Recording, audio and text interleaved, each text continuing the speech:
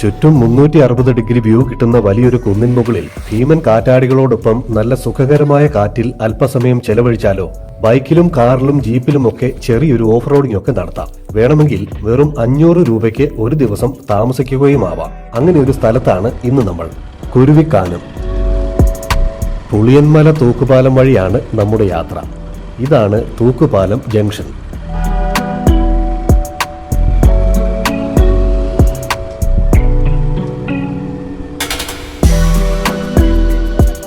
തൂക്കുപാലം bus stand ജംഗ്ഷനിൽ നിന്ന് കുരുവിക്കാനം റോഡിലൂടെ മുകളിലേക്ക് കയറി വരുമ്പോൾ തന്നെ നമ്മളെ വരവേൽക്കുന്നത് 2 ഭീമൻ കാറ്റാടികളാണ്.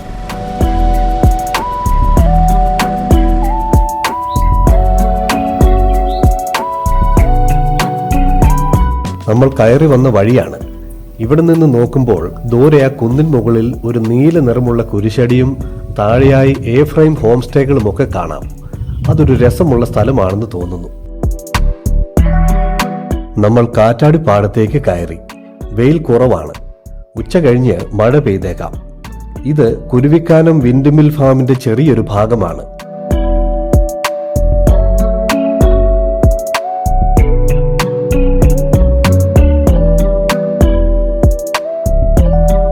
അപ്പുറത്തെ കുന്നിൽ കാറ്റാടികൾ കാണുന്ന ഭാഗമാണ് കൂടുതൽ മനോഹരം. അങ്ങോട്ടാണ് ഇനി നമ്മൾ പോകുന്നത്. അതിനു മുമ്പ് ഇവിടെയൊക്കെ ഒന്ന് ചുറ്റിക്കറങ്ങാം. വലിയ കാറ്റാടികളാണ്. മഴയും തണുപ്പുമൊക്കെ ഉള്ള സ്ഥലമായതിനാലാവണം പുള്ളിക്കാരൻ പായലൊക്കെ പിടിച്ചങ്ങനെ നിൽക്കുകയാണ്. കറക്കത്തിനിടയിൽ എന്തോ ഒരു ശബ്ദമൊക്കെ കേൾക്കുന്നുണ്ട്.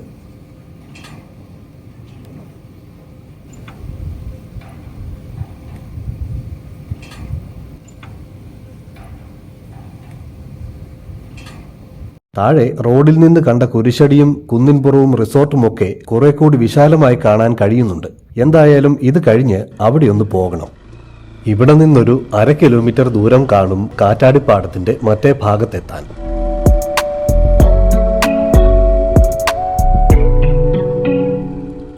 സഞ്ചാരികൾ അധികം എത്തുന്നതും വിൻഡ്മില്ലുകൾ കൂടുതലുള്ളതും ഇവിടെയാണ്. വഴിയൊക്കെ അല്പസ്വല്പം ഓഫ് റോഡാണ്. എന്നാലും കുഴപ്പമില്ല, കാറിലൊക്കെ വരാം.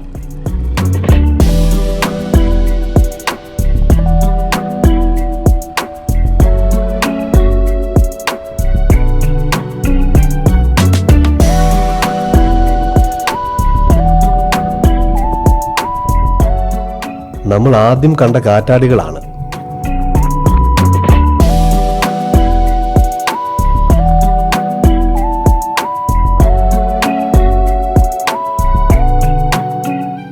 ഇവിടെ നിന്ന് താഴേക്ക് പോകുമ്പോഴാണ് കൂടുതൽ മനോഹരം.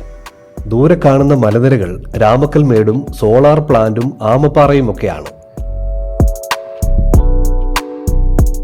കാലിന് വലിയ കുഴപ്പമില്ലാത്തവർ ഇതിലെ നടന്നു പോകുന്നതാണ് രസകരം. അല്ലാത്തവർ ഓഫ് റോഡായി പോവുക.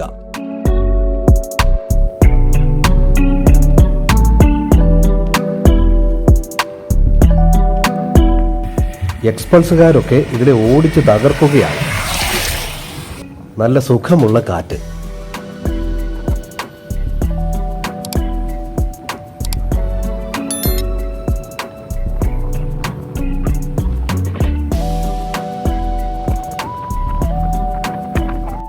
റൈഡർമാരൊക്കെ അങ്ങ് അർമാദിക്കുന്നു.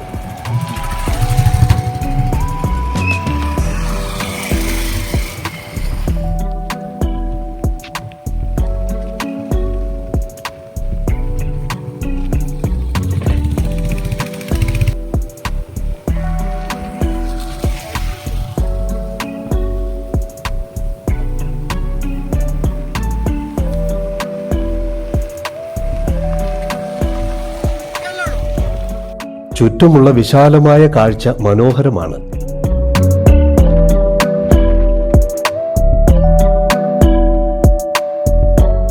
ഈ റോഡ് അങ്ങ് താഴേക്ക് കുറെ ഏറെയുണ്ട്. ഭീമൻ കാറ്റാടിക്ക് താഴെ പൂക്കൾ നിറഞ്ഞ ഒരു മരക്കൂട്ടം. അതിന്റെ മുമ്പിൽ തന്നെ ഏതോ സന്ദർശകർ ഫുഡ് വേസ്റ്റ് നിക്ഷേപിച്ചിരിക്കുന്നു. ഇങ്ങനെ പല സ്ഥലത്തും കണ്ടു. ഇത് ശരിക്കും തല്ലുകൊള്ളാത്തതിന്റെ കുഴപ്പമാണ്.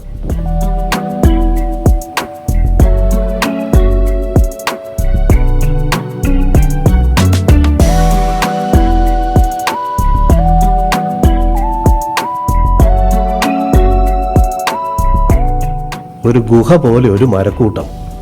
ഇതിനുള്ളിലൂടെ ഇങ്ങനെ കയറി ഇറങ്ങി പോകാം.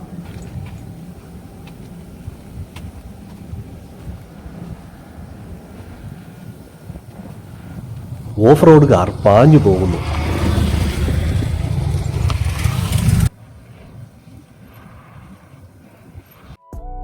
അന്യഗ്രഹത്തിൽ നിന്ന് വന്ന ഒരാൾ ഇവിടെ നേരിട്ട് ലാൻഡ് ചെയ്ത് അങ്ങനെ നിൽക്കുകയാണ്. ഇനി എന്തു ചെയ്യണമെന്ന് അങ്ങേർക്ക് അറിയില്ല. ഈ പ്രദേശം വളരെ മനോഹരമാണ്. ഇതിനു ചുറ്റും കുറെ ചെറിയ കടകളൊക്കെയുണ്ട്. ഓരോ കാറ്റാടിയോടും ചേർന്ന് കാണുന്നത് അതിന്റെ പവർ പ്ലാന്റ് ആണ്. കുമളി ഭാഗത്തു നിന്ന് വരുന്നവർക്ക് കമ്പംമെട്ട് രാമക്കൽമേട് റോഡിലൂടെ വന്ന് ഇടത്തറമുക്ക് ജംഗ്ഷനിൽ ഇടത്തേക്ക് തിരിഞ്ഞ് കുരുവിക്കാനത്തേക്ക് വരാം. ഇവിടെ തിരിയുമ്പോൾ തന്നെ ദൂരെ വിൻഡ്മിൽ കാണാം.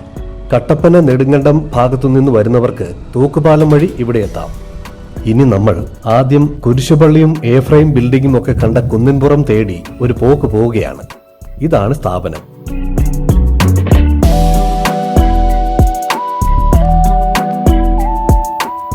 വലുതിൽ 10 പേർക്ക് താമസിക്കുവാനുള്ള സൗകര്യമുണ്ട്. ചെറുത് 2 പേർക്കുള്ള കപ്പിൾസ് കോട്ടേജ് ആണ്. കിച്ചൺ സൗകര്യമുണ്ട്. Barbecue, camp fire, DJ, tent camping മുതലായ സംവിധാനങ്ങളും ലഭ്യമാണ്. കൂടുതൽ ആൾക്കാർക്ക് താമസിക്കാവുന്ന മറ്റൊരു ബിൽഡിംഗും ഇതിനോട് ചേർന്നുണ്ട്. ഒരാൾക്ക് താമസിക്കാൻ 500 രൂപയെ ചാർജ് വരുന്നുള്ളൂ. ഇവിടെ സ്റ്റേ ആവശ്യമുള്ളവർക്ക് റോക്ക് ടോപ്പ് ക്യാമ്പേഴ്സിലെ നമ്മുടെ സുരേഷ് ചേട്ടനെ ഈ നമ്പറിൽ കോൺടാക്ട് ചെയ്യാം. ഇനി നമുക്ക് ആ കുന്നിൻ മുകളിലേക്കൊന്ന് പോയിട്ട് വരാം. നമ്മൾ കാറ്റാടിപ്പാടത്ത് നിന്ന് കണ്ട നീല നിറമുള്ള കുരിശുപള്ളി. ഇതൊരു പാറപ്പരപ്പായതിനാൽ പുല്ലും കാടുകളും ഒക്കെ കുറവാണ്.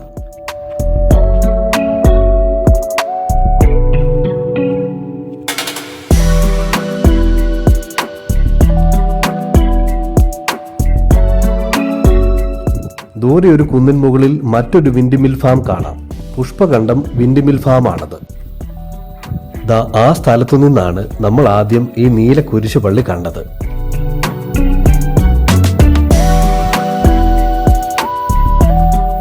ഇത് ശരിക്കും ഒരു കുരിശുമലയാണ്. കുന്നിൻ ചെരിവ് മുതൽ 14 കുരിശുകൾ കാണാം.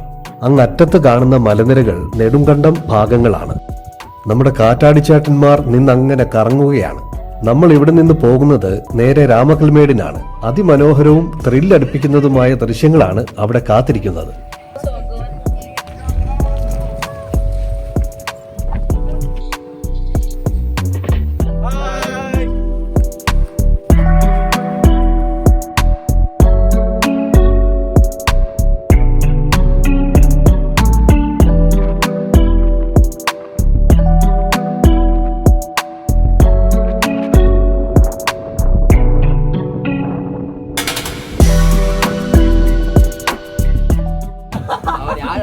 പറയൂ, എങ്ങനെ പോകേണ്ടത്?